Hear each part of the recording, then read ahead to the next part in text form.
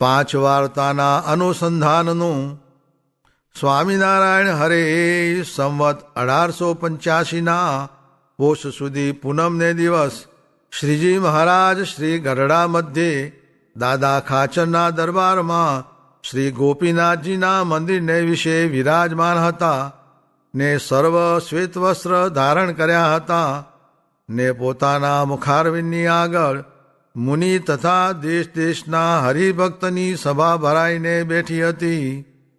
પછી શ્રીજી મહારાજ બોલ્યા છે, અમારા મનમાં આ બે વાર્તા ગમે છે ને ત્યાં મન અટકે છે. તેમાં એક તો જેને એમ હોય છે એક ચૈતન્યના તેજનો રાશિ છે ને તેના મધ્યને વિશે શ્રી પુરુષોત્તમ ભગવાનની મૂર્તિ સદા વિરાજમાન છે એવો દ્રઢ નિશ્ચય હોય અને તે ભગવાનની ઉપાસના ભક્તિ કરતો હોય તે વાત ગમે. પણ કેવળ ચૈતન્ય તેજને માનતો હોય ને તેની ઉપાસના કરતો હોય ને ભગવાનને સદા સાકાર ન માનતો હોય ને તેની ઉપાસના ન કરતો હોય તો તે ન ગમે. અને બીજું એમ જે એવા જે ભગવાન તેને અર્થે જે તપને કરતો હોય તથા યોગને સાધતો હોય તથા પંચ વિષયના અભાવને કરતો હોય તથા વૈરાગીવાન હોય ઇત્યાદિક જે સાધન તે ભગવાનની પ્રસન્નતાને અર્થે નિર્દંભપણે કરે તે ગમે. અને એવાને દેખીને અમારું મન રાજી થાય છે જે એને શાબાશ છે જે એ આવી રીતે વર્તે છે. અને વળી આ પાંચ વાર્તાનું અમારે નિત્ય નિરંતર અનુસંધાન રહે છે.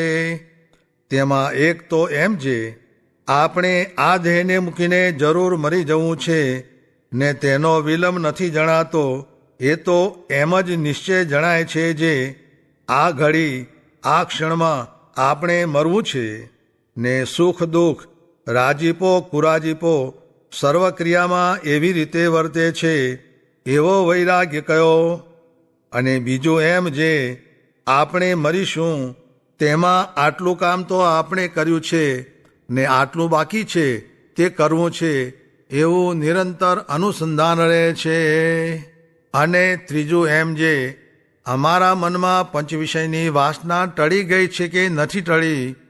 અને એમ જાણું છું જે ટળી તો ગઈ છે ત્યારે તે વિષયની જે ક્રિયા તે કેમ થાય છે ત્યારે રખે ન ટળી હોય એમ અણવિશ્વાસનું નિરંતર અનુસંધાન રહે છે.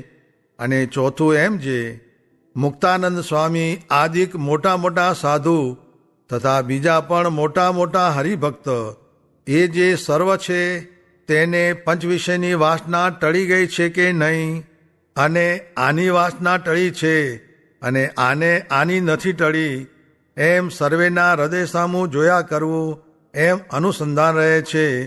અને પાંચમું એમ જે જો હું મારા મનને ઉદાસી કરવા લાગું તો કોણ જાણે ક્યાંય જતું રહેવાય ને દેહ પડી જાય. માટે એમ જાણીએ છીએ જે મનને ઉદાસી ન કરવું. કેમ જે ભલા અમારે યોગે કરીને આ સર્વે ભાઈ ભાઈ પરમહંસ રાજીપે બેઠા ભગવત ભક્તિ કરે છે તો એ ઠીક છે. અને ભગવત ભક્તિને કરતા દેખીને મનમાં બહુ રાજીપો થાય છે જે મરી તો સર્વેને જવું છે પણ આવી રીતે ભક્તિ કરવી એ જ જીવ્યાનો મોટો લાભ છે એમ નિરંતર અનુસંધાન રહે છે. એવી રીતે શ્રીજી મહારાજે પોતાના ભક્તની શિક્ષાને અર્થે પોતાનું વર્તન લઈને વાર્તા કરી ને પોતે તો સાક્ષાત શ્રી પુરુષોત્તમ નારાયણ છે. ઇતિ વચનામૃતમ. એ રીતે ગઢડા અંત્ય પ્રકરણનું 30મો વચનામૃત જે તે થયું. મહારાજે ધુધુબાજ માર્ગ ચલાવ્યો છે તે શું જે મંદિર મેળિયું ઘોડા ગાડા આદિ અનેક વાતો પ્રવર્તાવી છે પણ પોતાનો સિદ્ધાંત જે કરવાનું છે તે મૂકી દીધું નથી. તે સિદ્ધાંત એ જે નિર્વાસનિક થવું ને ભગવાનમાં જોડાવું. પછી ગમે તે કામ કરો ગ્રહસ્થાશ્રમમાં રહો કે ત્યાગી થાઓ, પણ અંતે કરવાનું એ છે. સ્વામિનારાયણ હરે સ્વામીએ વાત કરી, જે આજ્ઞા પડે એટલી વાસના બળે. તે આજ્ઞા તે કઈ જે શિક્ષાપત્રી, નિષ્કામ શુદ્ધિ, ધર્મામૃત તે પાળીને વાસના ટાળવી ને મનના ઘાટ બંધ કરવા એ તો કઠણ છે, પણ સ્થૂળ દેહે વર્તવું ને આજ્ઞા પાળવી એ તો થાય એવું છે, ને તેમાં ફેર પાડે એટલો કુસંગ છે. સ્વામિનારાયણ હરે સ્વામીએ વાત કરી, જે સ્ત્રી, ધન, દેહાભિમાન ને સ્વભાવ એ ચારમાંથી જેની જે ચિકિત્સા જાણતા હોય તેની પાસેથી તે શીખવું, ને 4 ગુણ એકને વિશે હોય એવા પુરુષ મળે તો ગુણ એની પાસેથી શીખવા. સ્વામિનારાયણ હરે સ્વામીએ વાત કરી, જે આ જીવ બધાએ સારા છે પણ અખંડ ચિંતવન નથી થતું. તેનું કારણ એ છે જે અભ્યાસ કર્યો નથી, પણ અભ્યાસે થાય. સ્વામિનારાયણ હરે સ્વામીએ વાત કરી, જે હરિશંકરભાઈએ પૂછ્યું, જે પ્રવૃત્તિ માર્ગમાં દેહ ધર્યો છે ને પ્રવૃત્તિથી અકળામણ આવે છે તે કેમ પાર પડશે? ત્યારે સ્વામીએ કહ્યું, જે હવે શું પાર પડવું બાકી રહ્યું છે? પાર પડી ચૂક્યું છે ને પ્રવૃત્તિ ટળી ગઈ છે, ને અડધું તો પાર પડ્યું છે ને પ્રવૃત્તિ છે તે સારી છે. નીકર ક્યાંયનું ક્યાંય જાતું રહેવાત ને પૂર્વનો સંસ્કાર ભારે છે ને પ્રવૃત્તિમાં કેટલુંક ઠીક છે. વળી ફરી પૂછું, જે પૂર્વનો સંસ્કાર છે ત્યારે હમણાં કેમ સત્સંગ થયો? ત્યારે સ્વામી બોલ્યા, જે જોગ થાય ત્યારે બીજ ઉગે ને પાણીનો જોગ થયા વિના બીજ સરસ હોય પણ ઉગે નહીં. સ્વામિનારાયણ હરે સ્વામીએ વાત કરી, જે કોઈકે સ્વામીને કહ્યું, જે આ પ્રાગજીને તમે ઐશ્વર્ય આપ્યું તે છકી ગયો, માટે શેખજીની પેઠે કરો. ત્યારે સ્વામી કહે, આ ઠોઠ બોટ્યું નથી, આ તો પાતાળે પાયા છે, ખરા રાજીપાનું મળ્યું છે. સ્વામિનારાયણ હરે સ્વામીએ વાત કરી, જે સંકલ્પ થાય છે તે માહી રાગ છે તે થાય છે, ને જોયા છે તે આગળ આવીને નડે છે, ને કલકત્તું નથી જોયું તો સ્વપ્નમાં પણ નથી આવતું. ઝેર ખાધાના કે અફીણ પીધાના સંકલ્પ થાય છે.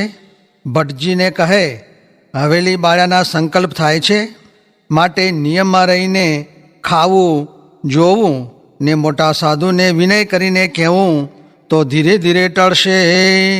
સ્વામિનારાયણ હરે સ્વામીએ વાત કરી, જે આજ્ઞા પડે એટલી વાસના બળે ને આજ્ઞા ને ઉપાસના બે મુખ્ય જોઈએ.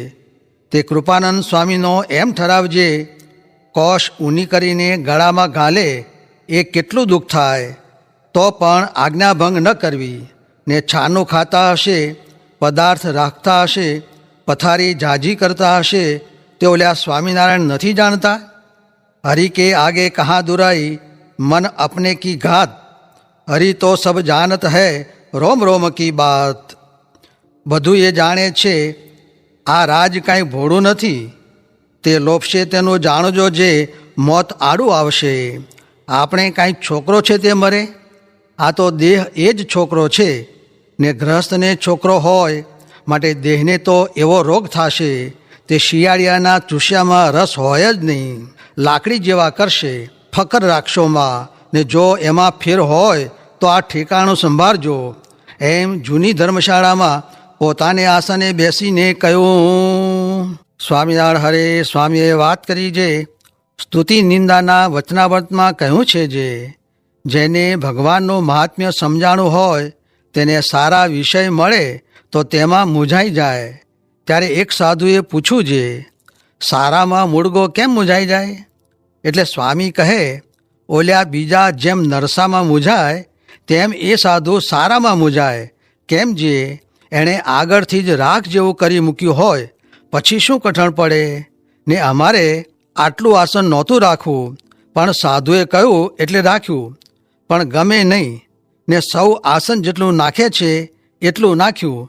તે ઘડ પણ સારું, તે વગર પણ ચાલે. ધરતી જેવું તો સુખ જ નહીં, ને વાહનને પણ ઝાઝું ન ચલાય, તે સારું.